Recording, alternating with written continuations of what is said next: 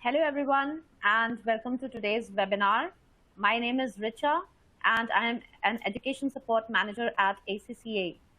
Our session today is designed to support you in your preparation for a strategic business leader paper, and I am very pleased to be joined by our expert tutor Ashim Kumar.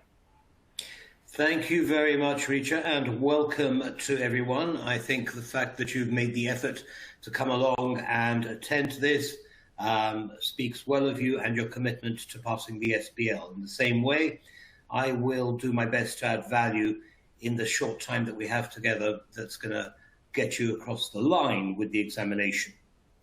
We have about 90 minutes, all right, and we're planning on leaving about 20 minutes at the end for Q&A.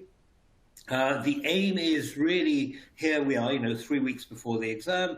The aim is really to get you in a place where you feel comfortable about the approach that you're going to be taking and how you're going to address the tasks in the exam. We'll be looking at sample answers that I've put together. There's some videos there. We'll be looking at examiners' comments, and we'll be finding ways of avoiding typical mistakes that many SBL candidates make, okay? So that's the aim. So let's get straight into it. A little bit about me. I've been teaching ACCA for, well, over 30 years. And SBL since it started, so the first session in September 2018. Multi-subjects, taught financial management and various other subjects which all kind of feed in to SBL. So I'm able to bring that together when I prepare students for the SBL examination. That's really helpful. I've led two international businesses, so my experience is not purely in the teaching field, but also in hands-on running a business. And again, that supports the teaching that I deliver at for SBL.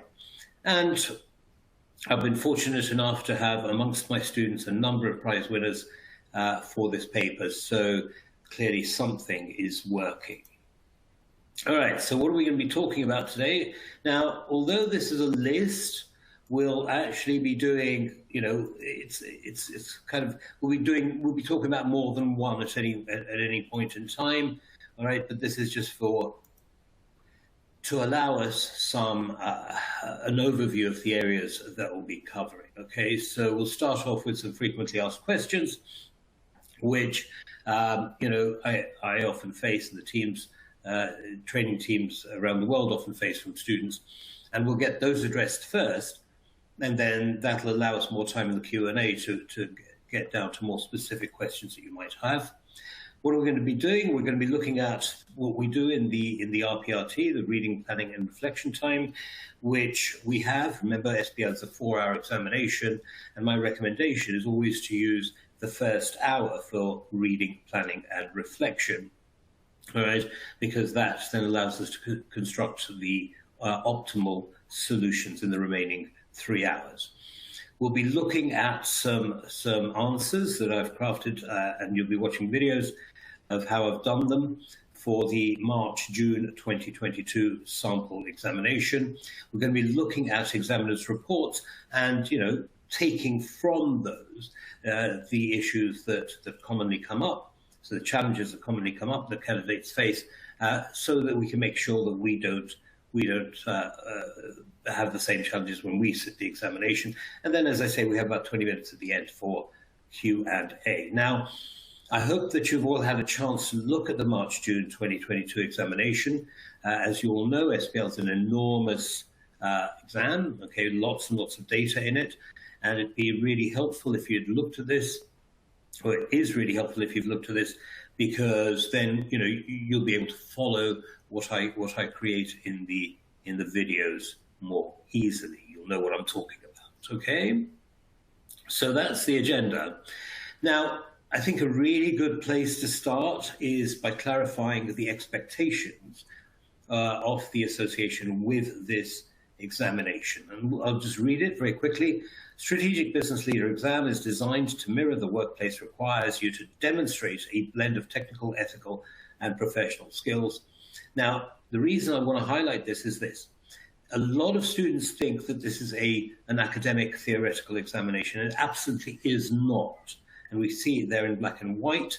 Okay, essentially, the way we're expected to behave in the SBL examination is as we would behave in real life. So here we are, we're working, all right, we're faced with a challenge, and we need to construct a solution to that challenge using our technical knowledge, our experience, and some commercial judgment, and then putting that solution together in a way that is presentable to the audience, and often the audience is the board of directors.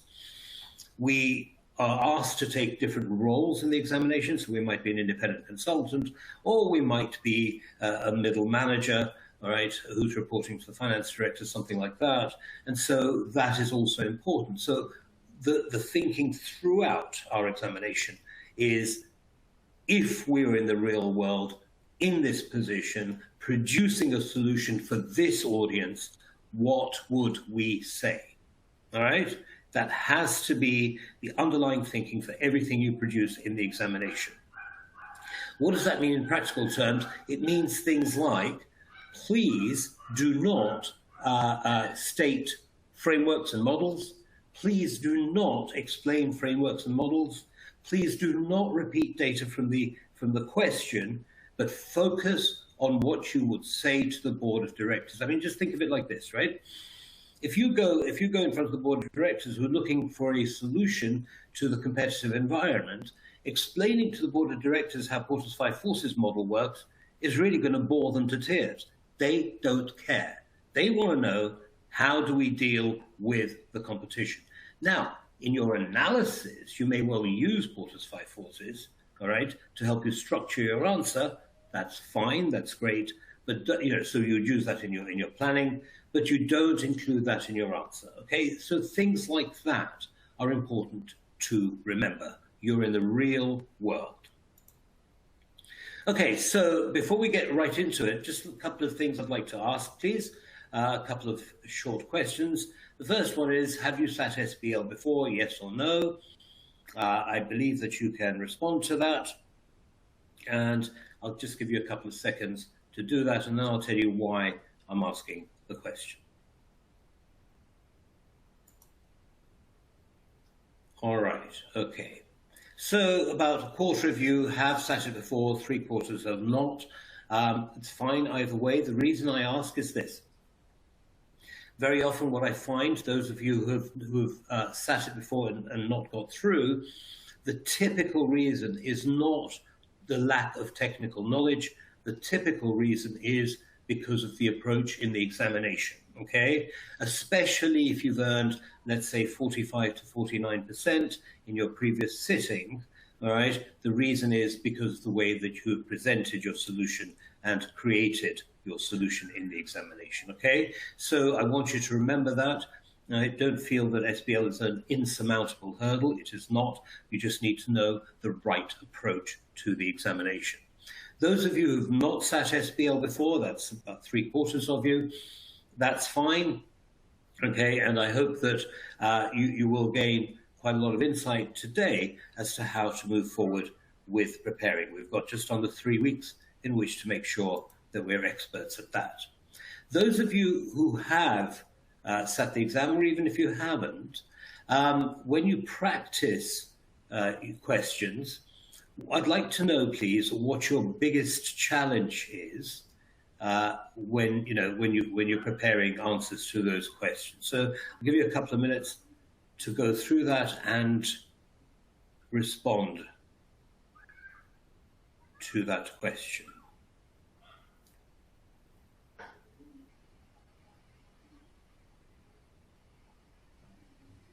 All right. In the interests of saving some time, I'm going to stop there, move on to look at the results. Okay, so let's see. Well, quite a range of challenges. Understanding the requirement is the biggest one, of course. Incorporating professional skills comes second, and then language issues, time constraints, and so on. Okay, so let me quickly go through each. Understanding the requirement Yes, it is a very, very common problem, okay, that students have. I don't know what the examiner is looking for, and we'll be addressing exactly that in the reading, planning, and reflection time, and I will share some techniques with you to help you to understand the requirement better. Incorporating professional skills, it's again something that's very, that's confusing to a lot of students. How do I demonstrate skepticism, for example? Okay, and again, we'll be talking about that both through this presentation. Perhaps we'll have a few seconds in the Q&A to address that as well. Okay, so language issues, all I would say is that, students very often are concerned with language issues when they have no need to be. Please remember that you will not be penalized for grammatical errors, for example, okay, when you write your answers, or spelling errors, okay, so long as the meaning of your answer is clear.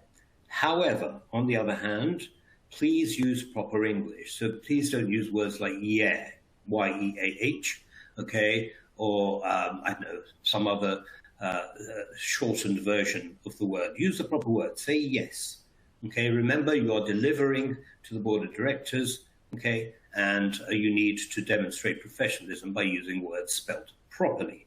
This is not a message on social media. The time constraint issue, 24% of you are facing time constraints. And again, yes, huge, huge challenge, okay, for students. The main reason for that is because students want to show off. If they're doing a question which they really have lots to say, then they want to show off their knowledge. What they overlook is that there's a limit to the number of marks they can earn. And so any time that you go over the time limit for that question, that extra time that you've spent on that question is not going to be earning you sufficient marks, and you're much better off starting your next question in that time. Okay, it's really, really important, because students generally perform best when they've had a fair go at the whole exam paper. All right, it's not that they spend 90% of the time in the first two questions and then produce have 10% of their time for answers to the remainder. That does not produce a good result. So time discipline, absolutely critical. Whether you finished or not, as soon as your time has run out, move on. All right, move on. You must do that. Please do that, no matter how difficult it is, and that takes practice. Okay. All right, quickly some FAQs. How much should I write? Okay, first thing to say is that it's about quality, not quantity. Okay, quality, not quantity. So it is better to make, let's say, 3 solid points, and I'll explain what I mean by solid in just a second, all right, then write, make 10 points, 8 of which are either irrelevant or push you over the time you have available, and so on, okay? So quality, not quantity. In terms of the actual number of lines, I'll just give you a rule of thumb that you can follow. If, for example, you have a 10-mark question, what that is implying is that, because normally the marking scheme gives you 2 marks for each fully explained point, right? So that means you make 5 points, each earning 2 marks. Now, 2 marks means you've got 3.5 minutes in which to make that point. 1.8 minutes per mark, 3.5 minutes. So in 3.5 minutes, how do you make your point? There is a structure that you use. It's called state, explain, and apply, and I will talk more about that. And typically, that structure can be produced to make your point in 3.5 minutes in about 3 to 4 sentences. Okay, 3 to 4 sentences. But remember, it's not the length of the point of the answer that you're producing, but the quality of what you're saying. So this is just a rule of thumb. Typically, it's about 3 or 4 sentences. Okay. How important is it to learn theories and models? Again, something I touched on already. Theories and models should be thought of as a tool for you to use in crafting your answer. You will not be examined on your memory of a particular theory or model, okay? You will identify a theory or model which may be useful in analyzing the situation and producing an answer. in which case you use that model, but that's for your own use. Okay, it is not something, as I've already said, that you would include in your solution. What is the point then of using the model? Number one, it makes sure that you cover all the points. So if, again, staying with competition, if you're going to use Porter's 5 forces to analyze the competitive environment, you know that there are 5 potential forces, and you look through each of them, and not all of them will be relevant to a particular question, but the ones that are, you will use that to analyze the situation and produce your answer. The other use of having a model, so staying with Porter's 5 forces, is that you can use the parts of the model as subheadings in your answer. So you might say threat of new entrants as a subheading, okay, and then make your point about it, okay, about that threat. So you've used Porter's 5 forces model, but you're not explaining it, you're not, showing off your theoretical knowledge, okay, you're applying that model to create a practical solution, and you're using that model to give your answer a structure. That's how you use theories and models. Do you need to know them? Of course you do.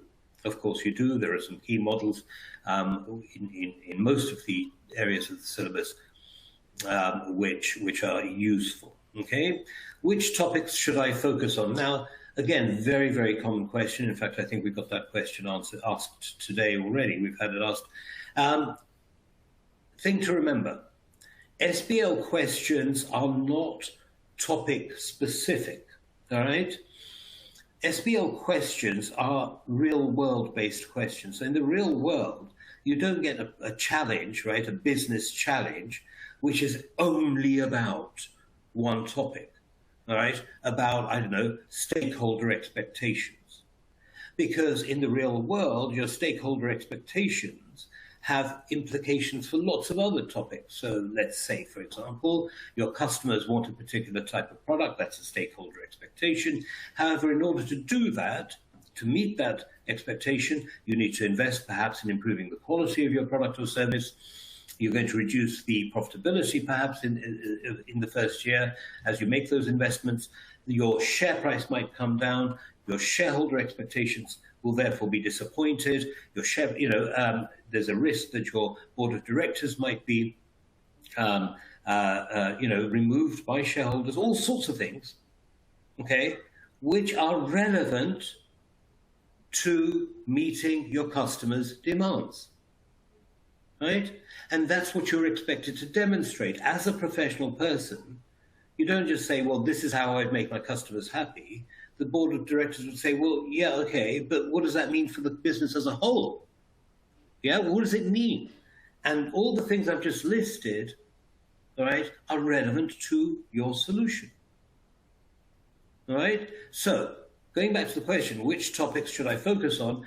It's almost impossible to say with SBL that this topic always comes up and this topic always comes up, because all of them, or most of them, will come up and will be relevant to your answers.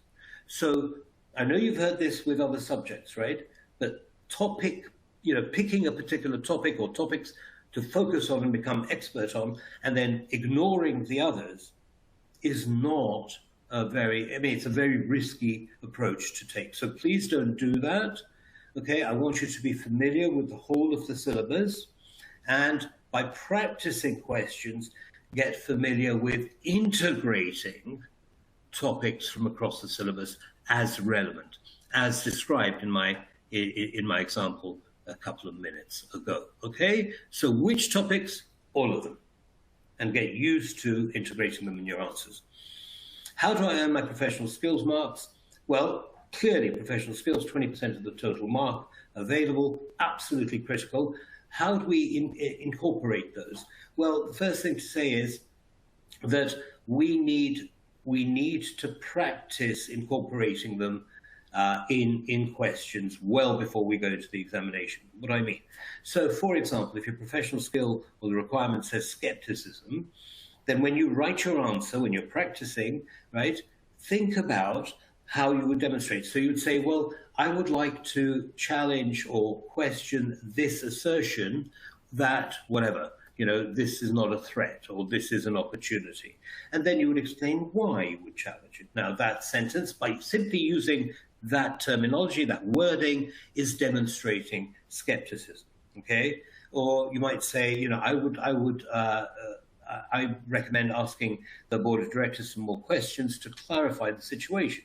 Again, using those words demonstrates skepticism. With communication as a professional skill, for example, all right, having the right format, making sure that the words you use are relevant to the audience. So if you're talking to a board of directors, which is multifunctional, you're not going to use kind of complicated financial terms, right? If you start doing that, then you're not demonstrating the communication professional skill.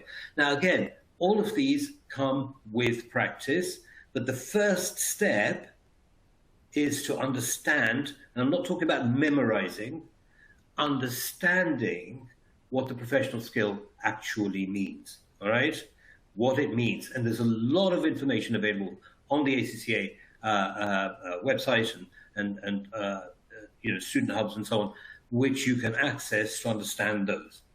And then apply it, okay? Make a conscious effort to apply those professional skills when you're practicing exam answers, okay? So that's how you earn your professional skills marks.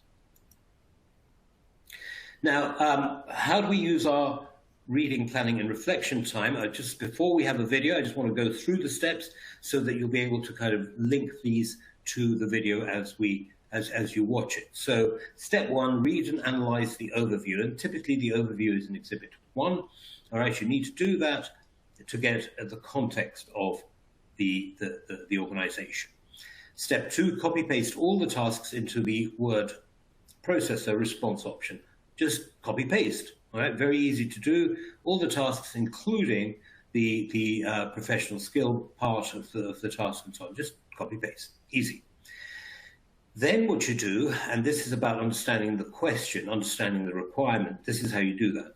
You analyze each task, highlighting keywords, including the professional skill that's being tested, calculating your finishing times, note the number of points that you have to make, assuming 2 marks or 3.6 minutes per point, and may note any information that comes to mind, for example, a useful model. So if you know that there's a question on risk, all right, then you might think, oh, well, risk, I know, heat maps, that might be useful. We don't know yet whether it will be or not, but we'll write it down, okay, so that when we're producing the answer, we'll decide whether it is useful or not. If you can't think of a model when you're doing your planning, don't panic, it's okay, relax. All right, I'm just saying if something comes to mind, put it in, okay? Read the exhibits and selectively highlight key information, all right? Now, I say selectively because a lot of students, when they read something, when they start highlighting, they highlight everything, all right, everything. And really that defeats the purpose of highlighting. Look, the point of highlighting is this, the point of highlighting the exhibits is this. It means that when you're writing your answer, okay, and you want to check, you want to think of additional points to make, and you want to go back to the exhibit. When you go back to the exhibit, your eyes immediately focus on the relevant information so that it's just faster, so that you can address that point in your answer more quickly. You highlight everything, it means you end up reading the whole exhibit again before identifying the point you want to make, right? So be selective about what you highlight, not everything. Okay. Also, as you read and analyze the exhibits, you might easily be able to connect a particular exhibit with a particular task. Because remember, you've read the tasks now, you understand what areas are being asked about, and very often you'll be able to connect the two things. And then take your time, use the full hour. Now, a lot of students make the mistake of jumping right into answering the questions, all right, and sort of skimming through the RPRT. Doing it quickly. Please don't do that. Please remember that the quality of your answer is much, much improved, all right, by spending the time understanding and analyzing the data that you have available and actually in your head getting everything structured, okay, in your head, in your plan, all right, and then when you start to answer the question, that's the easy part, all right, because you've already done much of your thinking. All right, so please take your time. In fact, even an hour is often not long enough to do this, all right, even an hour. And so what I would suggest is that after an hour, even if you haven't finished your analysis, you move on, okay? But do try, again, you get faster with practice, do try and do it within the hour. Okay, here we go with the video. Okay, team, so what do we do in our RPRT time? We're going to see how that works, what we need to do here using the SBL March-June 2022 exam. Step number one, we look at Exhibit 1, which is the overview, and we highlight key information from this. The reason for doing this is it gives us a background, a context for the examination. What is the key information? How do we identify key information? Well, that's something that you get better at the more you do it. But for example, with this one, what have I highlighted? Well, there's a particular product, which is the manufacture of yachts, which is the biggest revenue earner. Okay, and the yachts are made of fiberglass, all right? I highlighted that. The yachts offer overnight accommodations, so these are for overnight journeys, leisure craft. They're made in standard molds, which means, of course, that there's the opportunity for economies of scale to be gained. Limited additional optional features, which tells you something about the kinds of customer that they would appeal to. So, for example, the super rich, when they buy yachts, want all the extra features. They have a second service line, which is the maintenance and repair of yachts. And they do that not only for their own yachts, but also other companies' yachts. Okay, so that's another revenue source. There are two main competitors. Okay, they tell you the names. They acquired 12 months ago a smaller yacht manufacturer, Bersham Company, and the founder of Bersham, Tony Bersham, became Yex Marine's chief executive. So why is that important? Well, it tells us who is leading the company at the moment. It also perhaps raises questions as to how the rest of the board would respond to this person coming in fresh to the company and going straight into the CEO role. That's why I highlighted that. However, it seems that most of the directors agree to what Bersham proposes, but he does have some opposition from the chairman. The board has 5 executive directors who are also 20% or shareholders in Yex Marine, with each one holding 20% of the shares. It has 3 non-executive directors. Now, again, the reason I've highlighted that is that although it is a private company, if it were to seek a listing, then one of the rules of listing is that we need equal numbers of executive and non-executive directors. Moving on to the next line, Yex Marine's board is currently discussing seeking a listing. Oh, well, look at that. Okay, so immediately that's something we need to think about, file away. We'll probably need to mention it somewhere in our answer. What else do we need to highlight? It's currently operating in 2 different sites, but they're both in the same town, so they're not too far away from one another. They're thinking of buying, in fact, they have bought a single large site, and they're going to consolidate the existing sites into that one. All the sales have been agreed, leaving a surplus of 10 million, which can be used for product investment. So suddenly we have some cash, and I'm sure somewhere in the exam we'll be asked what to do with it. Tony Bersham wants to use the move to the new site as an opportunity to transform Yex Marine's business, so some fundamental changes coming along, and he wants to increase gross and operating profit margins from 40 to 45% and 15 to 20% over 5 years. And Tony is seeking advice on a number of issues from Tranart Consultants, and so that tells you that's who you are going to be throughout this exam. Right, step number 2, you copy-paste all of the tasks from the paper into your word processor, okay, your response option. In SBL, we only really need the word processor and the slides. So here's task 3. I've copy-pasted the whole of the task and highlighted key information on this using bold. Unfortunately, when we are on the response option, we can't highlight using color. Okay, so key information, there are two investment projects, beg your pardon, summarized by the FD, and he's going to use the excess funds from the sale of the sites to finance the investment that they select. However, there are not sufficient resources to choose both options, and the question is all about our view on whether either of the proposed investments should be chosen. So that suggests we could say as a recommendation that neither should be chosen. I highlighted the word report because that is going to inform the format which we are going to use in crafting our answer. Also very important to highlight the word and, because that reminds us that there are lots of parts to this question. So we advise on financial and non-financial benefits and drawbacks of each of the investment projects. Okay, so there are 4 parts, if you like, to our answer for each of the investment projects, and we need a recommendation. Now, in a report, in any case, you would provide a recommendation that is required format by the ACCA. Okay, so highlight that. We also highlight the professional skill that's required, evaluation, and they're looking for justified recommendations which are based on balanced assessment of both projects. Right, so we've highlighted the key words. What is the other data that we put down here? Well, we know that we'll probably make 10 points in the advice, all right, and 2 points in the recommendation. How do I get to those? Well, we assume that we're going to earn 2 marks per point, okay, and we'll talk more about that when we create the answer.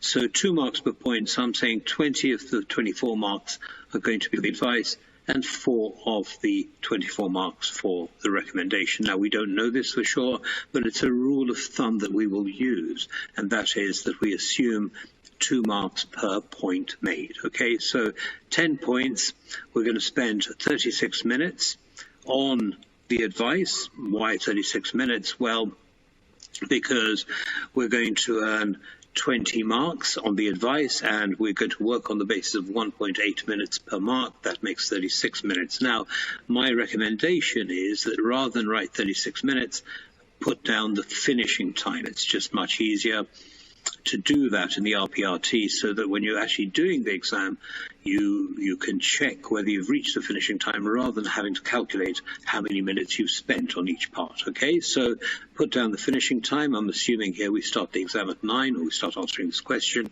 at 9 a.m. So the finishing time would be 9:36 for the advice and 9:43 for the recommendation. Okay, we've also put down here Exhibit 5.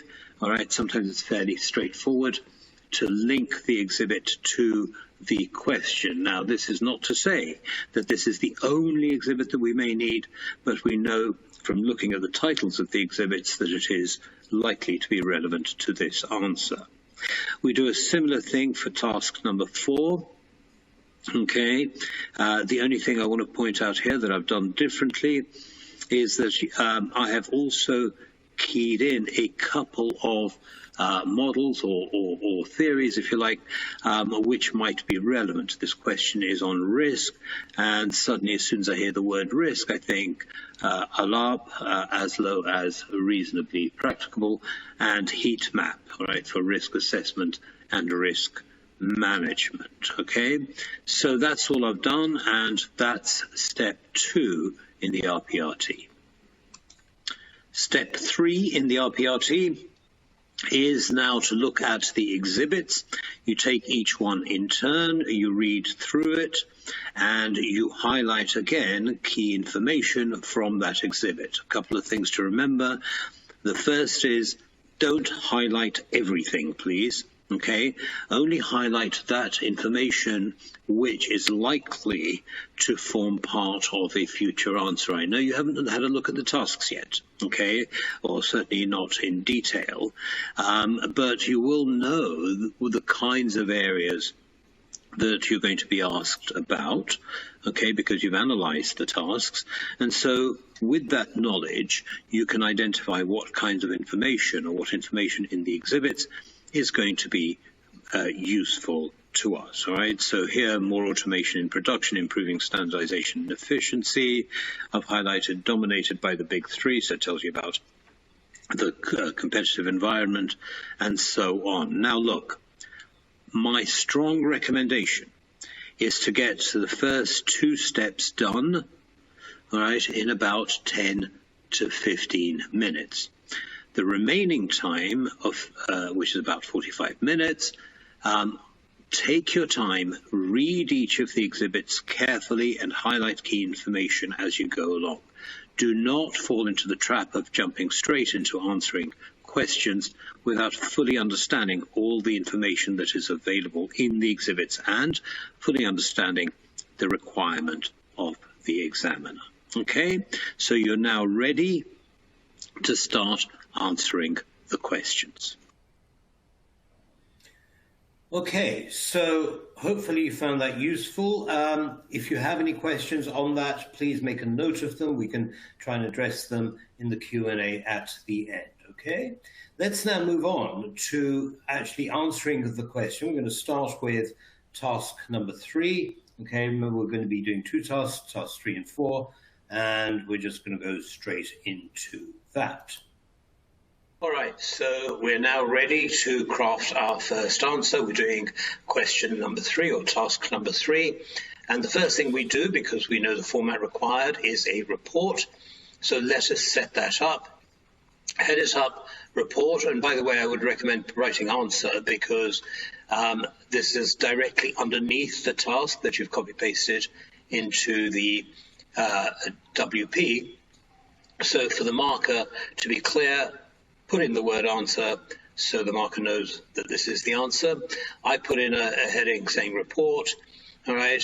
And this is a standard structure that I always recommend to my students, from to date subject.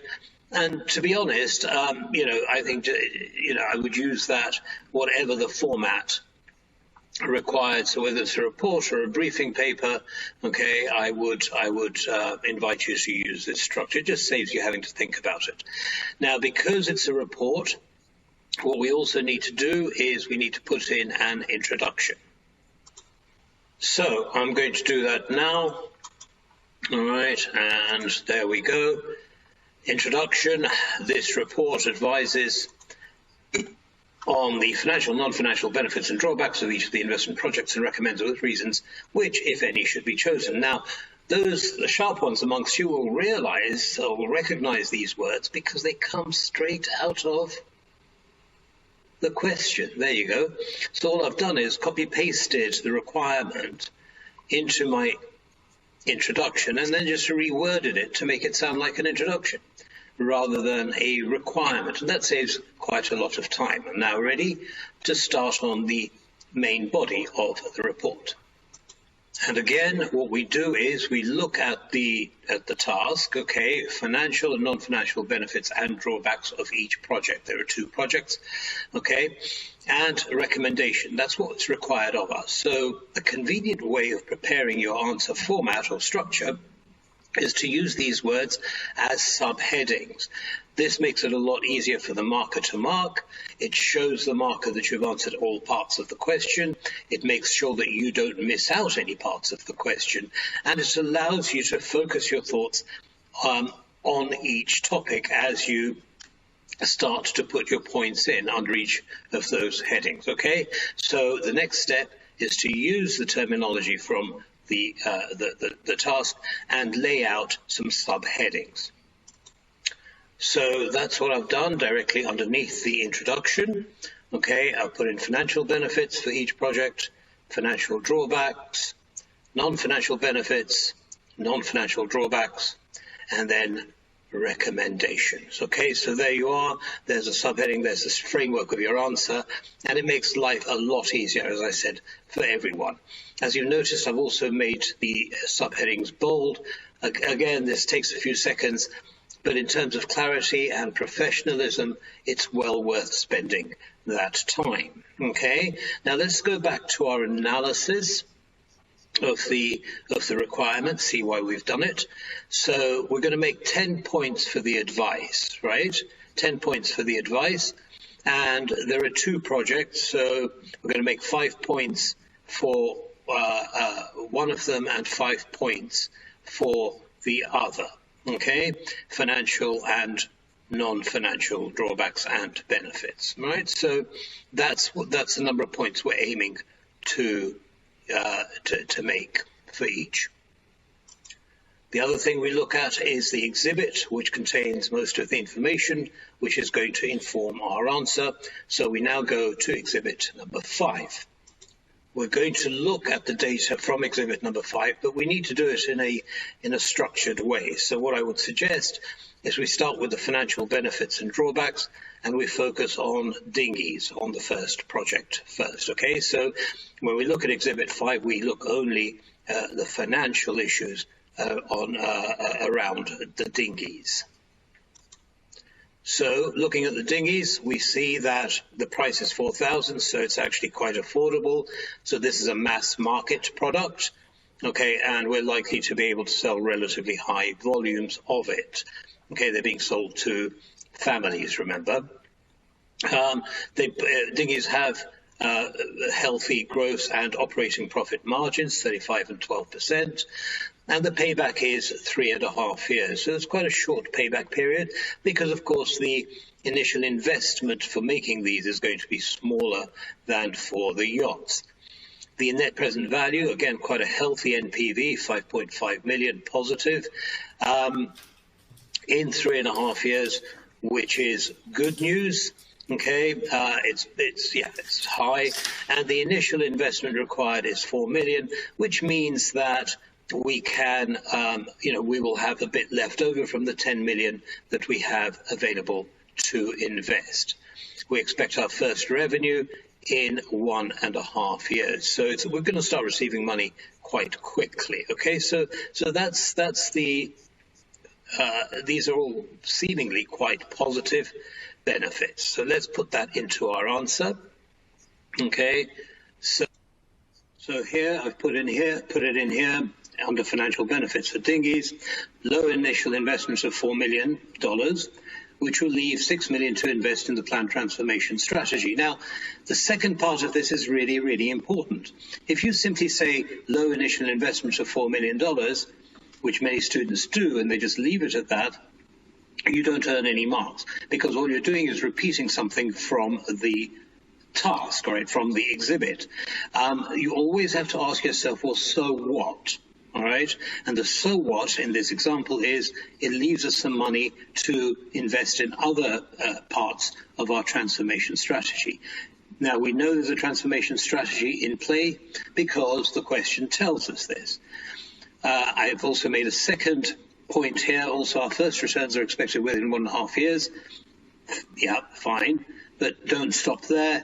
Answer the so what question, and the so what answer is allowing faster working capital liquidity, helping our cash position. Okay, so always answer the so what question. Now, there are other financial benefits, but as we said earlier, we have quite a lot to cover. I don't want to spend too long on just financial benefits of dinghies. Let's move on to the drawbacks and the non-financial parts of our answer for dinghies now. Okay. So what I've chosen to use as a drawback is that the gross and operating profit margins are 35 and 12%, and these are lower than for the yacht project. So I'm making a comparison here, but that's really the only comparison I can make for this particular metric. And then I go on to say, however, without comparative figures from other dinghy manufacturers, we cannot say whether these are acceptable or not. Okay, so we don't know if it's a drawback. It would be a drawback if it was lower than other dinghy manufacturers. But if you compare it to the yacht project, then, of course, it's much lower. And that may be a drawback. Okay? Okay, so non-financial benefits for dinghies. Again, I've identified 2. Opportunities for customers to trade up to buying yachts from EX Marine. So we have a long customer life cycle, so we keep the customer for longer. All right, people are used to the EX Marine brand, and so when they're looking for a yacht, they'll hopefully come to Ex-Marine first. And the second point I made was these are not complex items, all right, which lend themselves to high volume standardized production as per the CEO's plans to introduce more automation, which is a piece of information that we got from exhibit number 2, the newspaper article. One other thing, in order to save time, I'm not putting full sentences in here, all right, but in the exam you would, okay? I'm doing this in short form to save time here. Now, the only non-financial drawbacks I could think of for dinghies was the lower than market price for dinghies may be perceived to suggest a low quality, and that perception may impact on the wise yacht business. And that's all I'm going to say for dinghies. Now, have we made the 5 points that we had planned to? We made more than 5. All right. So we've probably earned all the marks available for this part of the answer. Now, financial benefits for yachts. Well, I've just said the gross and operating profit margins are much higher than for the dinghy project. Then the so what? The so what is it's more likely to achieve the planned increases stated by the CEO. Remember, he said that he wants increases of 5% over 5 years in both of those metrics. The NPV is also much higher. It's higher than the dinghy project, 7 million versus 5.5 million. The so what, thereby producing a larger increase in shareholder wealth. Okay, there you go for the financial benefits. In terms of financial drawbacks, financial results are very dependent on a few large customers, so loss of even one such customer could completely undermine any benefits. Also, some of our customers will be overseas or will be running foreign, excuse the spelling there, let me just change that, foreign exchange risks which may negatively impact financial results. Non-financial benefits of the yacht option. Opportunity to use the skilled craftsmanship available within the company and improve staff morale. We're told in one of the exhibits that staff are not very happy about the move to standardization because they feel that their skills will no longer be required. So it'll improve morale. Non-financial drawback, the need to change customer perception so that the CE Ex-Marine as a viable alternative to pre-existing international competitors. Okay, so there are people out there internationally that make luxury yachts. The Ex-Marine is not seen as one of them. So the whole process of changing perceptions and building up a customer base is a potential drawback. It takes time and money to achieve. Now, again, I remind you that here I've put the points in very short form to save time. All right, in the examination, you would write it out more fully in the way that I am explaining each point. Okay, and now we come to our recommendation. Now, the important thing in the recommendation is to actually make a recommendation, not just have a general chat about both options. Okay, so come out one way or the other. So I've kept it short. The production of dinghies would be my recommended option for a number of reasons. Payback period is much shorter than for yachts, meaning that the risk associated with this option is lower. Why is it lower? Because we get our money back earlier. Okay, so as the environment changes, which we expect it to do, we face fewer changes the shorter the payback period is. It also produces healthy profit margins, which are likely to be more sustained for a longer period as the market size is large. Remember, we're selling to the mass market, yes, families, and it is a relatively low-cost item, so we expect to be able to sell for a much longer time. And we'll also be gathering potential customers for our cruising yachts in the future. Now, you may say a bit more than that in the examination. It really depends on how much time you have available, okay? And remember, always, always, always keep an eye on the finishing times for both. And that's the framework for our answer to task number 3. Okay, so I know that was pretty fast, but you will be able to review it again. Okay, you will be given access to this material to have a look. Just quickly want to go through the examiner's comments on this task. Candidates simply stated figures without explaining their significance. And this is, again, a very, very common challenge that students have. You know, they say, profit's gone up by 5%. Well, so what? You know, the board of directors knows this. Okay, so always, please, whenever you state something, explain the so what. Okay, bearing in mind the audience that you're presenting to. Candidates wasted time questioning other aspects of the net present value calculation, cost of capital tax, for which no details were supplied. So, we don't know how the cost of capital was calculated. But candidates said, well, it should have been calculated like this, but we don't know whether it was calculated like that or not. Okay, so it's a waste of time. It's an example of students kind of showing off their knowledge about how cost of capital is calculated. But actually, if the question doesn't ask for it, showing off that knowledge doesn't earn any marks, so don't do it, please. Some candidates also forgot that the initial investment is included in a net present value calculation. Yes, NPV, fundamental tool for investment appraisal. You guys need to be experts on what's included and not included in an NPV. You won't be asked to produce one, but you will be expected to know what it should include, and that includes, of course, the initial investment. Some candidates stated relevant non-financial factors without evaluating their without evaluating their significance. Again, this is the so what question, right? So yeah, it's relevant, right? It's a non-financial factor, but why is it relevant? Some failed to make the required clear recommendation. Yeah, recommendations mean clear, crisp, specific, and justified. Okay? Say what you would recommend. Don't kind of vary between the two options. Well, this is good about this one and that's good about this one. The board want to know, what do you think we should do? A or B? End of story. Okay? And you say A because or B because. It doesn't matter which recommendation you make, okay? As long as it's well justified and communicated, you will get credit, even if it is different to the recommendation that is included in the suggested solution. Important point here, okay? Don't try and second guess the examiner. Use your own skills and knowledge to make a clear recommendation and make sure you can back it up, okay? Answers that scored higher professional marks provided a reasoned and justified recommendation with appropriate balance between and evaluation of the two projects and the three and their financial and non-financial aspects. Okay, so it's basically what I said earlier. All right, so moving on, conscious of the time, let's move on to how I address task number 4. And I will remind you, please, that for the purposes of these videos, I've kept the answers short.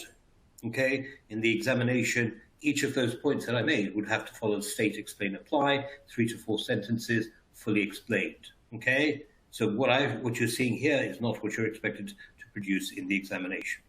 So here we go with task 4. Okay, so let's move on now to our answer to task number 4. As before, we are required to produce a report, so I set it out in the usual fashion.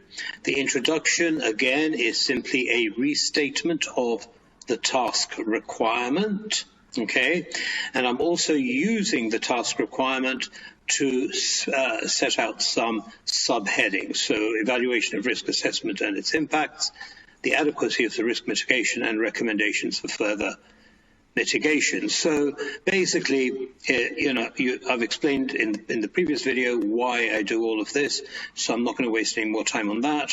Let us go straight away to the risk mitigation exhibit, which is exhibit number 6. Okay, let's have a look at what they have here for us.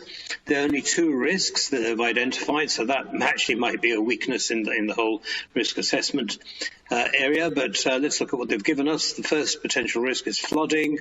They don't expect that to be serious. Now, I'm not sure if that is an optimistic view, because we know that due to global warming, flooding and other natural phenomena are increasing in seriousness.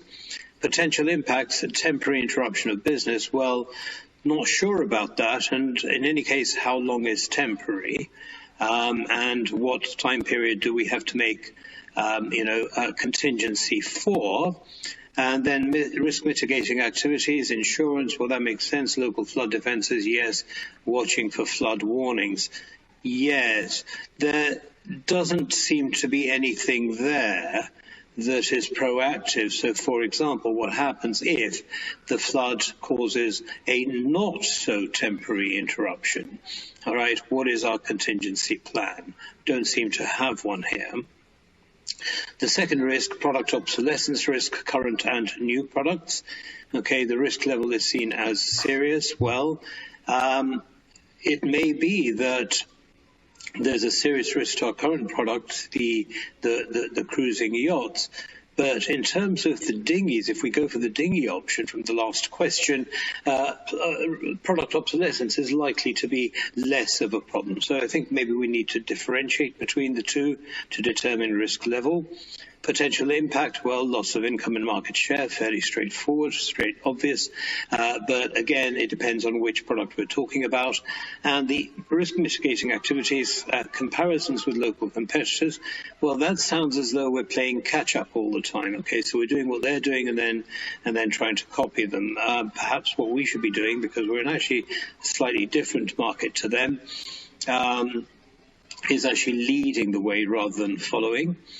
And development of additional features. Yes, again, it depends on which additional features and for which product line. Okay, so we know what we have here. Another issue is that when looking at risk level and potential impact, it is much more effective to think about likelihood of risk and potential outcomes as a result of that risk actually happening.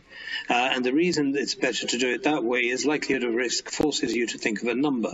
Okay, so the 10% chance or a 90% chance of something happening, and potential impact or likely outcome forces us to be a bit more specific, in terms of what we would actually lose if this risk were to transpire. So we're not very happy with this terminology either.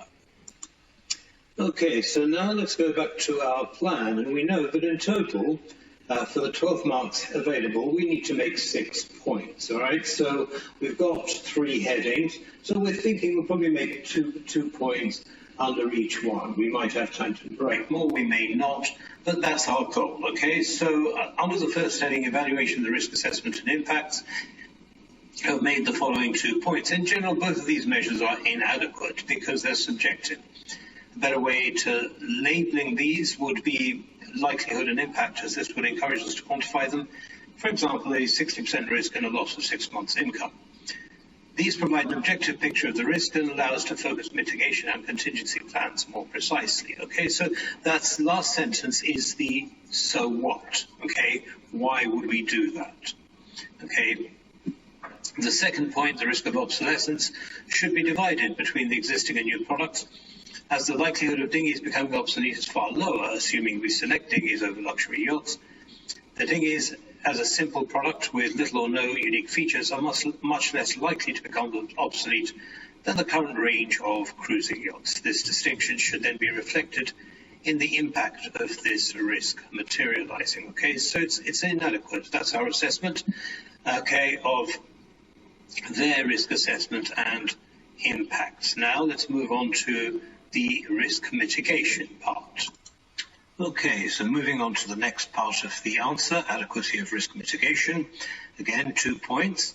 Mitigation of the flooding risk is wholly inadequate. It assumes floods will not increase in severity, unlikely in a period of global warming, and so have made no contingency plans if the flood defences prove to be insufficient. The outcome of a complete flooding of the facilities could therefore prove to be long-term, not short-term as they expect, and without a contingency plan, EX Marine's business would come to a complete halt. It is unlikely that even the insurance cover would prove to be sufficient. So basically we're saying not good enough because there's no contingency plan. The second point, the mitigation of the risk of product obsolescence, is also inadequate, as it is based on competitor action. Obsolescence means that EX Marine's customers, who are different to those of its local competitors, find wise products obsolete. So, following customer developments which are designed for a different customer group will not necessarily satisfy wise customers. A better mitigation would be a proactive approach to product innovation supported by regular customer feedback, and that will stop obsolescence. Now let's move on to the third part of our answer. Okay, so recommendations for further mitigation, starting with the flooding. The first point, establish a contingency plan in case of severe flooding to allow minimum interruption to wise production. This would include backup data stores, secondary production facilities, perhaps renting these from a competitor, reserve raw material stores, increased insurance cover, etc. Okay. Second, establish regular and detailed engagements with existing and potential customers through the use of social media activities and an interactive website. These will allow us to gather regular feedback from these groups on our products and also what their preferences are. Also use big data analytics and search engine optimization to monitor changes in customer preferences. All this data should then be fed into an efficient product innovation process to ensure ongoing customer satisfaction. Now you notice that we're showing off our knowledge of a host of other topic areas, all right, in this answer. Okay, we're talking about backing up data stores, we're talking about the use of big data analytics, the use of social media, and so on. And this is typical of an SBL answer. Okay, you are expected to talk not only about the topic that is specifically mentioned in the task, but also to bring in data from other parts of the syllabus and from your knowledge and experience to make this a more real-life response to the challenge. And as we saw at the beginning of this presentation, the ACCA examiner expects real-life answers to these tasks. These are not theoretical tasks. Okay, so this is a report, and we know that with all reports you have an introduction and you have a recommendation or a conclusion at the end, and we have done that. So that is sufficient for an answer to task number 4. We have 6 points, as we see here. Each of the points is fully explained. There is a so what involved with each, okay, and we have the right report format. And there we have it. That's the answer to task number 4. Okay, so let's have a quick look at the examiner's comments for task 4.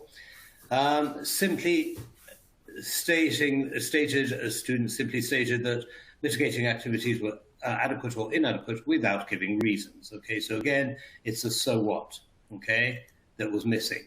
Surprising number of candidates failed to suggest the ex-Marine should take some precautions itself. A contingency plan was certainly required. And this is the proactive approach, okay, that we talked about earlier. Many candidates failed to criticize the labeling of risks as serious or non-serious, and suggested that stating the likelihood and impact would have been better. So, yeah, we talked about that as well, common mistake. Answers often scored lower marks because candidates failed to give reasons supporting their assertions. Okay, so you say it's inadequate, but so what? You know, why'd you say it? All right, so that was a quick run through to the answers for those two tasks. So let's bring it all together. Some key points to remember from what we've discussed. First, use the state, explain, apply approach. Okay, state your point, explain your point briefly. But most importantly, and that's where you spend most of your time in making the point, apply it to the scenario. All right, apply it to the scenario. Simply stating something as a problem is not sufficient. Okay? Always ask yourself the so what question. We've talked enough about that, so you know what I mean. Read the question and answer the question. Again, I touched on it. Please remember that you do not get marks for quantity if the quantity is irrelevant. All right, it is better to make 2 relevant points than 5 irrelevant points. The time you spent writing those 5 irrelevant points is time wasted, and you earn 0 marks. You could have spent that time answering another question and earning marks in the same time. So make sure you read the question. We know how to do that now through the analysis of the task, and make sure that you answer the question by making sure that everything you say is relevant. And remember, we talked about using the structure of our answer to make sure that we're answering all parts of the task by using the task wording as subheadings. Format of the answer, please remember, especially with reports, okay, that an introduction and recommendation or conclusion is essential. With the other types of formats, there's less specificity about what they should take, and that's why I would recommend just using the from to date subject approach. It's just easier, you don't need to think about it, just put that in as standard. Professional skills and professionalism. Now, professional skills, we've talked about and how to prepare to embed that particular skill in your answer. We've talked about that through the use of practice, okay, and looking at the material available from the ACCA on each of the professional skills, which means understanding rather than memorizing, okay? Understanding and then application when you answer a question. Professionalism is about the tone that you use in your answer. Remember who your audience is, the words that you use, okay? Making sure that the format that you use is correct, okay? Even if you're being skeptical, for example, you must do it in a way that is diplomatic, right? You can't say, you know, something like the finance director is an idiot. You can't do that, okay? That's not very professional, okay? Also, things like making the most important points first is a very good technique to demonstrate professionalism. It's also a very good technique that if you run out of time before you finish your answer, at least you've made the most important points first. You've earned probably by then sufficient marks to pass that part of the question. And so you don't have time to finish it. That's okay. You still pass that part of the question. And that's what matters. Okay. And timing, again, we've talked about that. Doesn't matter whether you finish your answer or not. As soon as you reach the time that you've got in your plan, you must move on. There are no two ways about this. You must move on. Okay? This exam is about getting enough marks to pass, not showing off how, well you know a particular topic or a particular model or a particular framework. It's about making relevant points which earn you enough marks to pass.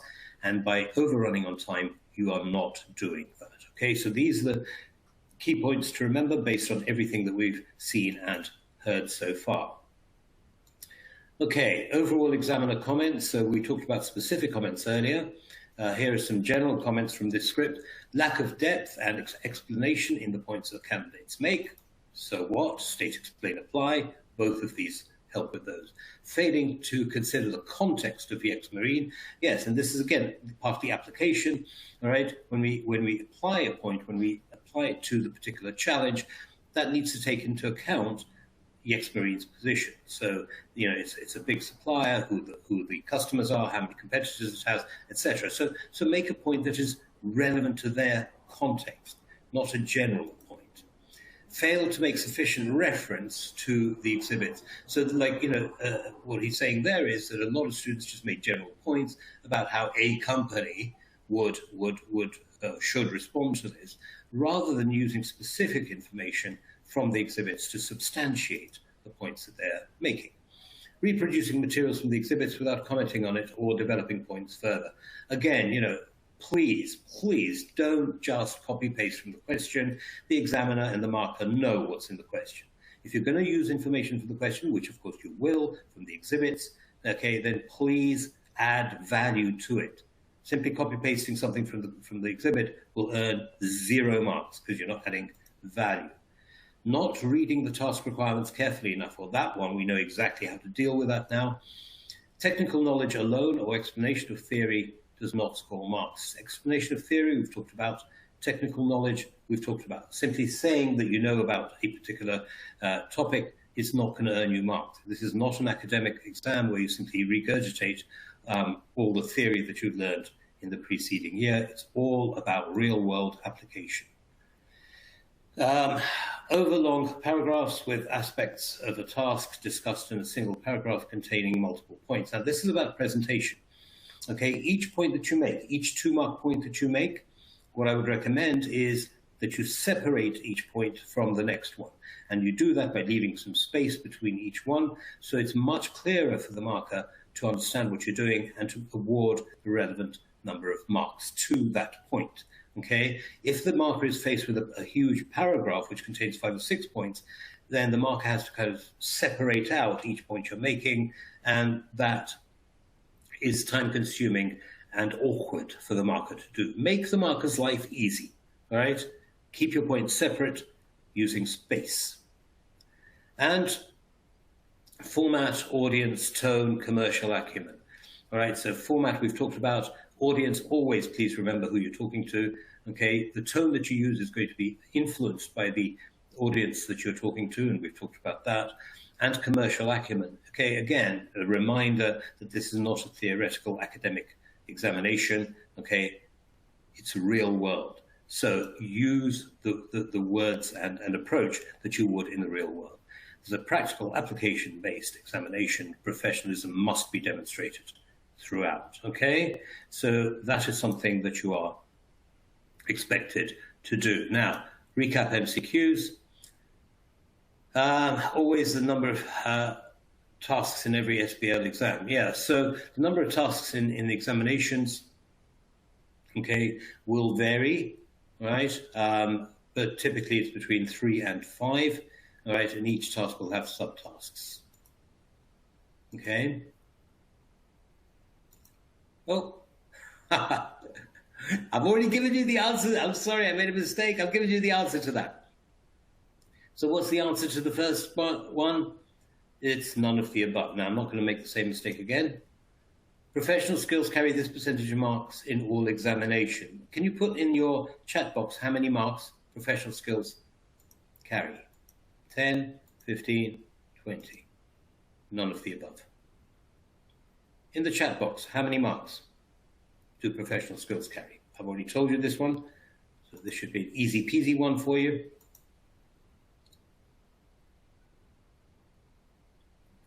20, 20, 20, yep, getting most, yeah, absolutely.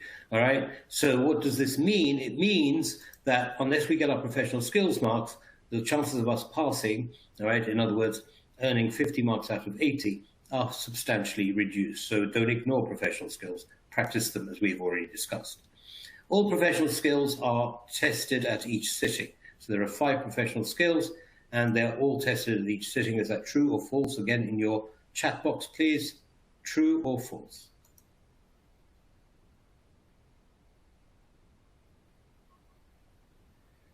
Are all 5 professional skills tested at each sitting? True or false? Just in the chat box. 50-50 chance of getting it right, guys. True or false?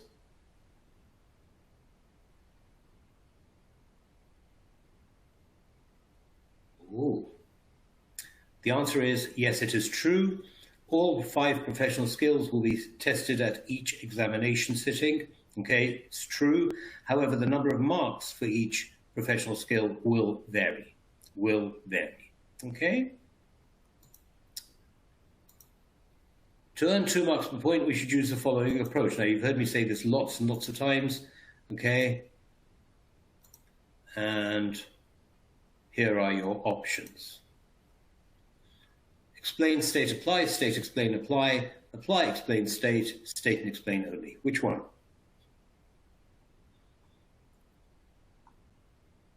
You can put in number 1, 2, 3, or 4 to save time.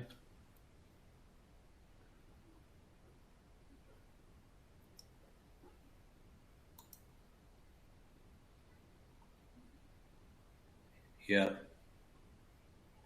Good. Yeah, absolutely. It's the first one. State, explain, apply to earn your 2 marks. Okay? Good. We must describe all models before we use them. True or false?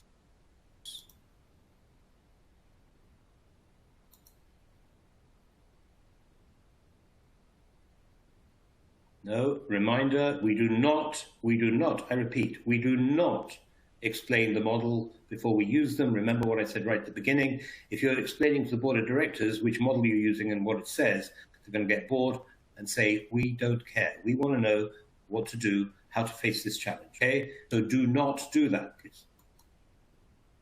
All right, so we're a little bit late for the Q&A, but here we go. I'm ready, I think. Richa, over to you. Thank you. Yes, Ashim. Hope I'm audible. Yes, absolutely. Great. So first question which I would like to ask here, the concern of the students who just are left behind with 2 to 3 marks, from 2 to 3 marks. So any advice, any last moment advice would you like to give them to help them in passing this time? Absolutely.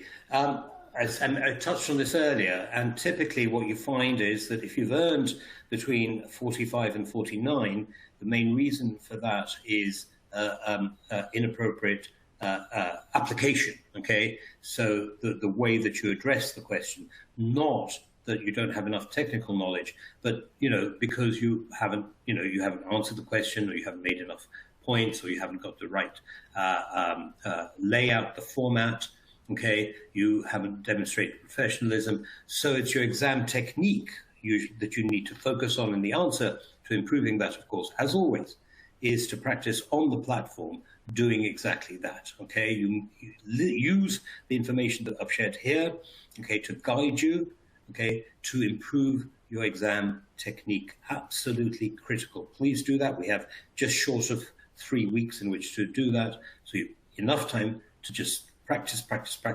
past examinations, and incorporate the information that we've shared today. Okay? Okay, next one, please. Yeah, so I think we have talked about it, but still I would like to pick this question once. That one student is asking, how many points should we draft for a 10-mark question? Is it 2 marks per point? The answer is yes. Now, the examiner or the exam paper does not state how many marks per point are awarded, but if you look at the marking scheme, 2 marks is pretty typical, okay, of the marks that the marker or marks that are available to the marker to award. Okay, so we use that as a rule of thumb. Okay, assume it's 2 marks, assume it's 3.6 minutes that you're going to spend on it, and that tends to work. That's fine. Okay, so 2 marks per point made. Thank you. Sure. Next question is, should the date in the report structure be the exam date? The date in the report structure, for example, with this exam, you're given a date. Okay, you are given a date in the exhibits. So use the date that you're given. If you're not given a date, then you can use any date you like, okay? But related to that, please never ever use your own name. Use the name that you've been given, or the role, the position that you've been given, for example, consultant, okay, in your answers. Never use your own names, okay? So dates, use what they give you, what the examiner has given you. If they haven't, then use any date, and never put your name in. Okay, great. Another question, it's regarding NPV. I would pick 1 out of 10. Can we say yacht may be better option if we can provide our supporting points like better NPV, gross profit? Oh, absolutely.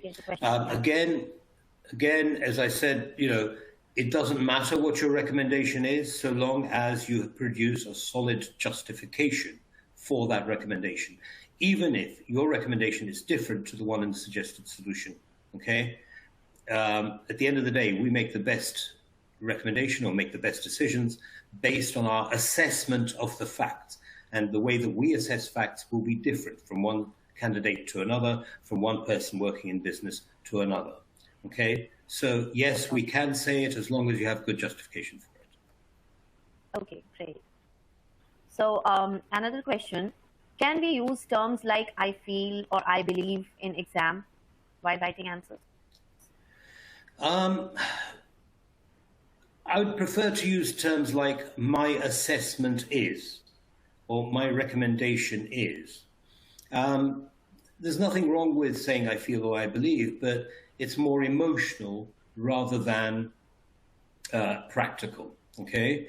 Yes, of course, there is always an emotional content to our recommendation, okay? But I would prefer that you used words like my recommendation is because, is XYZ because, okay? And there will be some feeling in there, but you don't need to use the word feeling. Okay. Okay.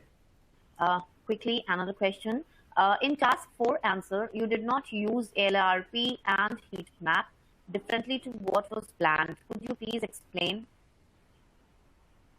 Yeah, okay. First of all, there is no obligation to use a model with every answer, Okay, sometimes the model is relevant and sometimes it is not.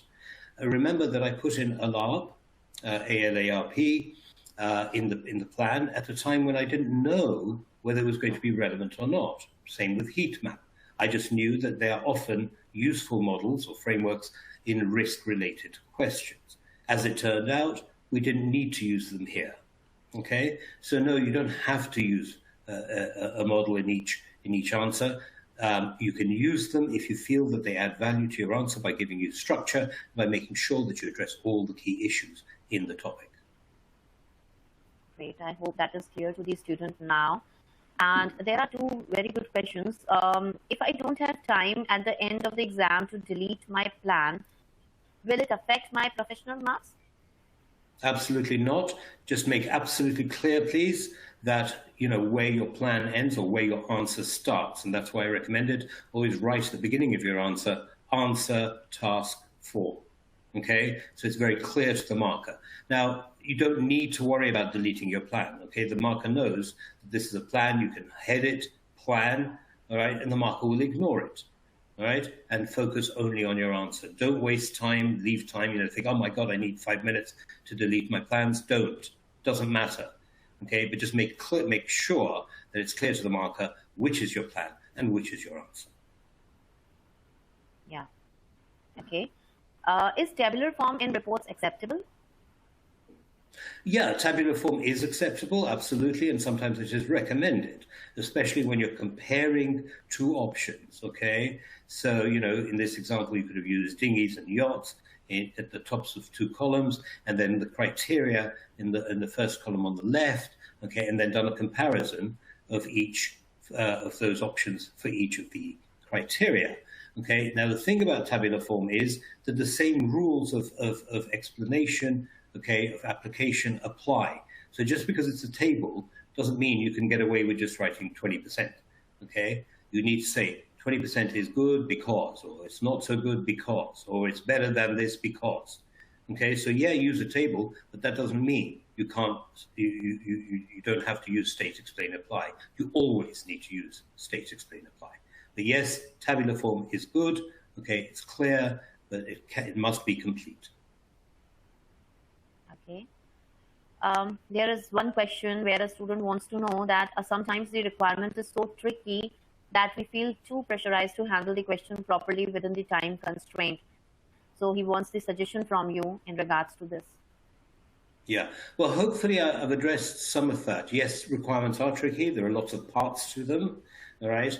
And so what we do, our approach is to break the question down into parts and use the wording in the question as subheadings, all right? And so we have a more systematic approach to answering the question. We can focus on one part at a time, as we did in the example videos that I recorded. Yeah. Okay, so yes, they are tricky, yes, they are long, but use that to structure your answers. Thank you. Can you please advise, should we choose one response option for all the tasks, or we can use 2 different, like word processor for test tasks and presentation for respective presentation tasks? Yeah, okay. So typically you can do pretty much your whole exam answer on the WP. We never use the spreadsheet option in SBL, so you can ignore that. With the slide option, okay, if the question asks for a slide and notes, then of course you can use the slide and notes option. Equally with slides and notes, it's all right to put that answer in your WP, right? So you can say slide number 1, okay, and then put down the points you would make on the slide, and then underneath you would make notes to slide number 1 and put down the points you would make in your notes. And you can do that in the WP. That is perfectly acceptable. So the answer is, with slides, you can use either option. And the answer is, yes, you can use more than one response option. Great. Okay. Next is, okay. Just I would like to pick something quick.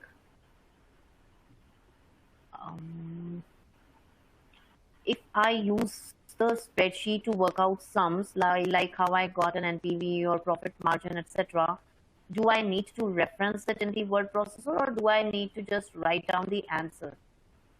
Right. First thing is, you're not going to be asked to calculate very much. In fact, you're not going to be asked to calculate anything. You may choose to do a calculation or two, for example, gross profit margin or the change in gross profit margin, okay? And quite honestly, I wouldn't recommend using a spreadsheet. It's too time consuming. You're going to be making maybe 2 or 3 short calculations, okay? You can do them on your calculator and simply say, GP margin has gone up by this, and this means X, Y, Z, okay? So I wouldn't recommend using the spreadsheet. It's too time consuming. You don't have that many calculations to make, all right?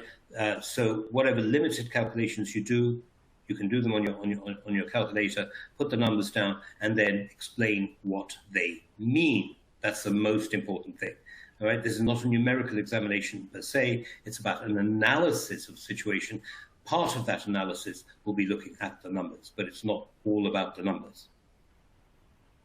Okay, great. I'm just conscious of the time. And before we end, I would just like to request you to give advice to these students how they should be finishing their studies towards this last week when they have only 1 week before the exam.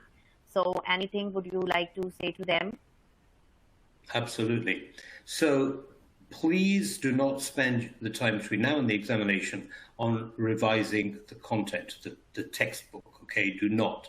It's not about learning the content. It's about application throughout your examination. So between now and the examination, your goal has to be as follows. Number 1, work only on past examinations on the TestReach platform, only, okay? Number 2, use the information that we've shared here in this video and practice it when creating your answers. Number 3, once you've created your answers, look at the examiner feedback on those answers and the suggested solutions, remembering that the suggested solution is not the only solution that is possible in SBL, okay? And you need to make some judgment. You know, when you make a point, have you justified it sufficiently in the way that we've described here? But do not, whatever you do, please start reading through your textbook and memorizing models by now. Okay, you'll be revising the technical stuff as you start writing answers. You'll be doing that anyway. Okay, in the exam, you're not being asked what's on page 75 of your textbook. You're being asked to produce a solution, and that's what you should be practicing on now, 100%. Great. Thank you very much, Ashim. And with this, we need to bring this webinar to a close, and I hope students have found this session very useful today. And also, I believe we were able to make up with most of the questions we have received.